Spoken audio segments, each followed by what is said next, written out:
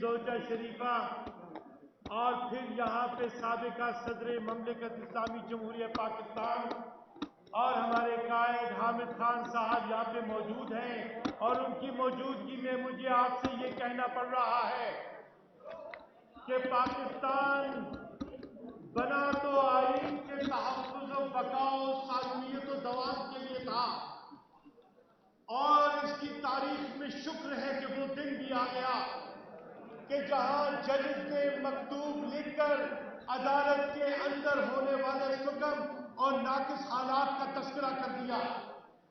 اب تو نہ کسی مفکر کی کسی تخلیق کا شائبہ ضروری رہا، نہ حالات کے تغیر و تبدل پہ کوئی جائزہ ضروری ہے۔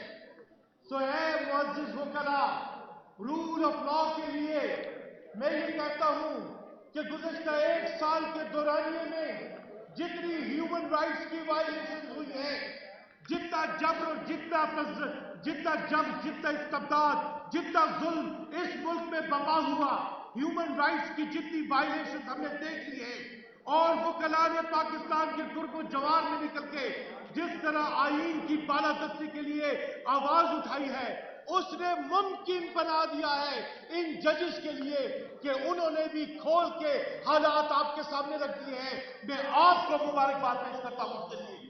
زندہ ہے وکلا! زندہ ہے وکلا! زندہ ہے وکلا!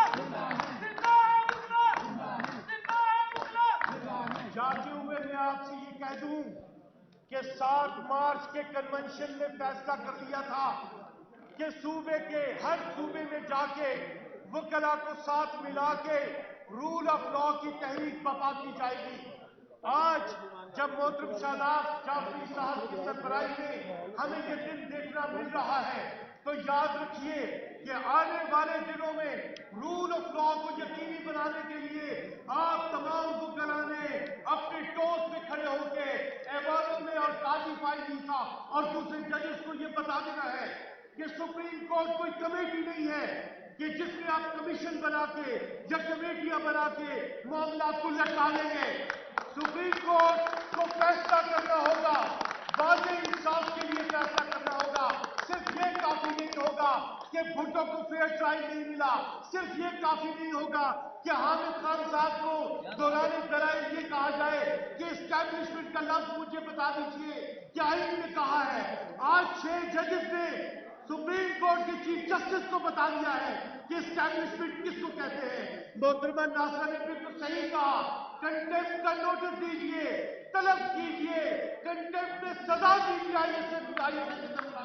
تاکہ اس ملک میں انصاف کو ری انفورس کیا جائے۔